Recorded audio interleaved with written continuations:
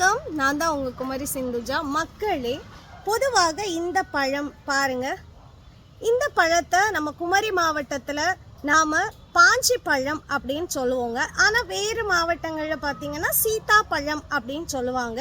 சீத்தாப்பழம்னு சொல்கிறதுக்கும் காரணம் இருக்குது. சீதா பிராட்டியார் எல்லாம் வனவாசம் இங்கு வரும்போது, மேற்கு தொடர்ச்சி மலைப்பகுதிகளில் வரும்போது கிடைத்த குறிஞ்சி நிலத்திற்கு இனமான இந்த பாஞ்சி பழத்தை பறித்து சாப்பிட்டாங்களா, அதனால சீதா சாப்பிட்ட பழம் சீத்தாப்பழம் என்ற பெயரும் இருக்கு.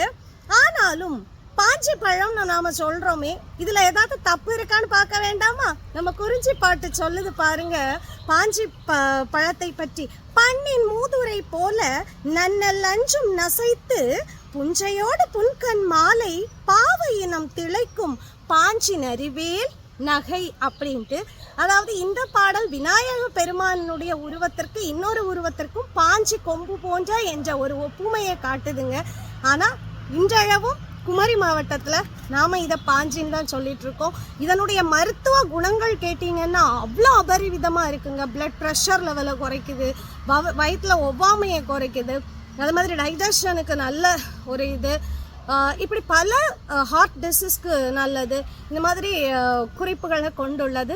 நீங்களும் நட்டு இதை சாப்பிடுங்க. மண்ணின் வளத்தையும் காப்போம், நம்ம மண்ணை சார்ந்த உணவுகளையும் உண்போம்.